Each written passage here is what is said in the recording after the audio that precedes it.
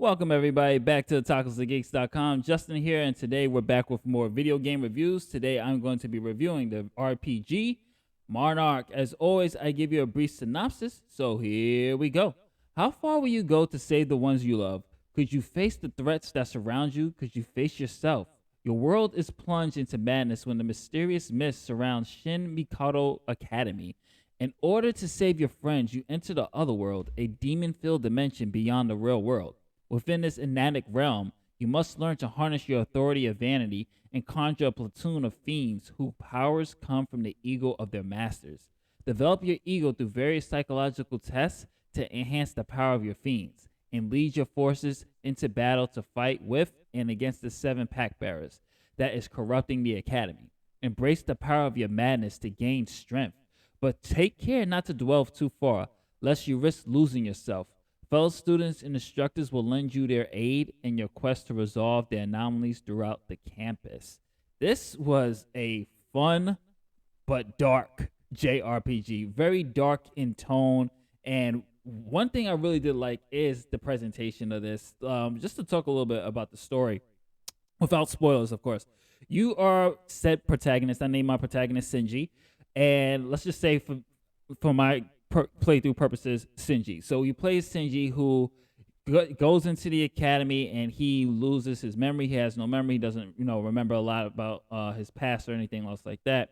And he's stuck at this academy with Nozumi and a couple of students who are basically under the mercy of this mist that's turning people absolutely crazy. And it's up to Shinji, who is now one of the Pactbearers, to defeat the other Pactbearers and find out the mystery behind the mist. And I thought that for the most part, the story, the pacing, the way they presented this plight of the students, and had some really great characterization with some really great supporting cast and some great villains and great motivation for the villains as well. And it really brought you this thematic of egos. They tackle such things as greed, pride, and other forms of ego.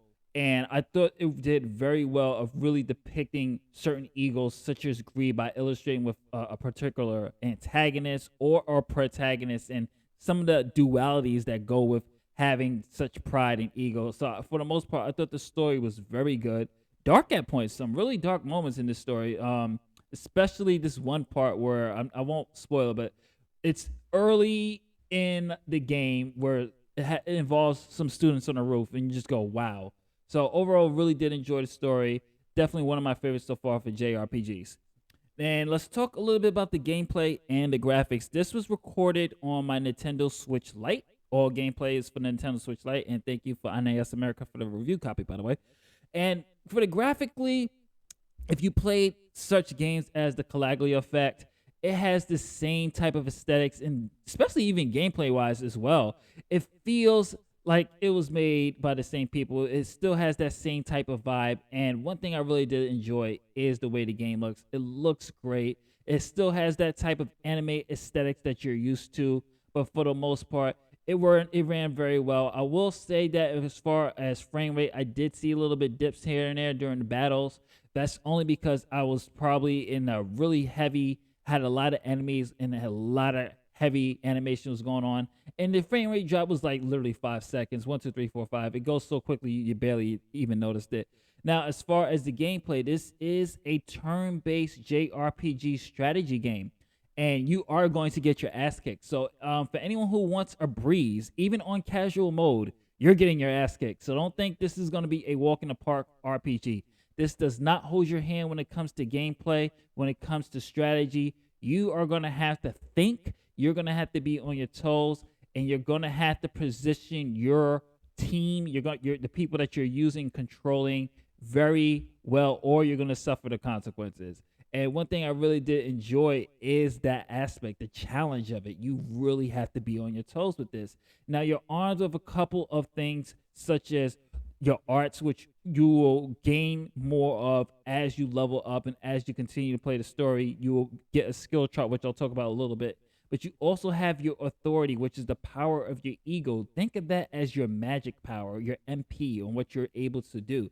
Now, certain things work for certain enemies, and certain demons and fiends that you acquire, you can upgrade and use that will work best for your advantage. But this game is really about positioning, and sometimes it's best to just wait and let the enemy come to you and gang up on them, as you can see me doing here, than rather going head on and tackling forces all together at once.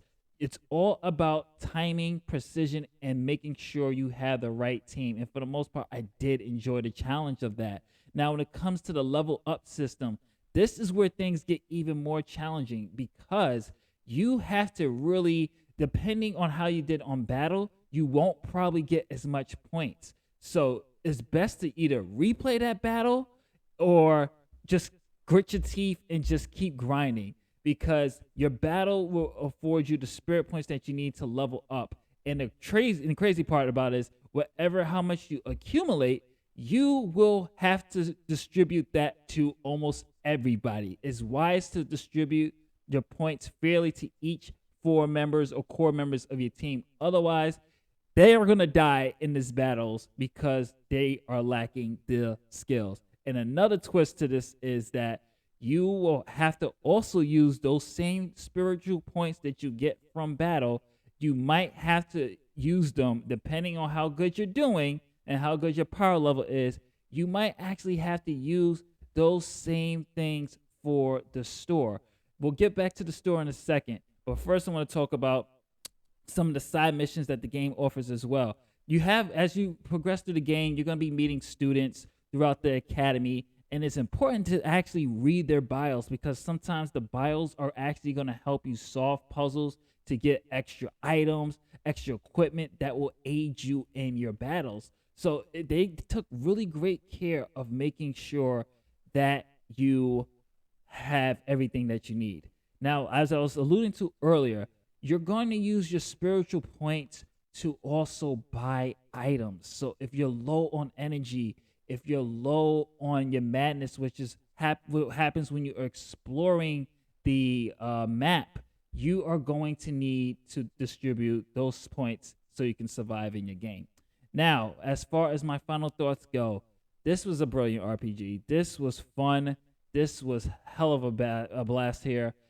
Great gameplay, very strategic, even when it came to points. I would say if I had one real main complaint, is the fact that I have to use my spirit points also that I'm using to level up to buy stuff from the store. So, but that also just forces you to do better and go back and get better points and get a better rating on your battles. And it's a dark story. It has some great characters. It is an amazing game. I enjoyed the hell of it. This is definitely a standout JRPG for me personally this year so far. I mean, the year just started, so I'm curious to see what else we're going to get. But so far, I would definitely say MONARK is definitely on your must-play JRPGs. It's fun, it's dark, it's challenging, and it's not going to hold your hand. And pretty cool story and nice soundtrack as well. This is Justin saying later days. Catch you on the next one.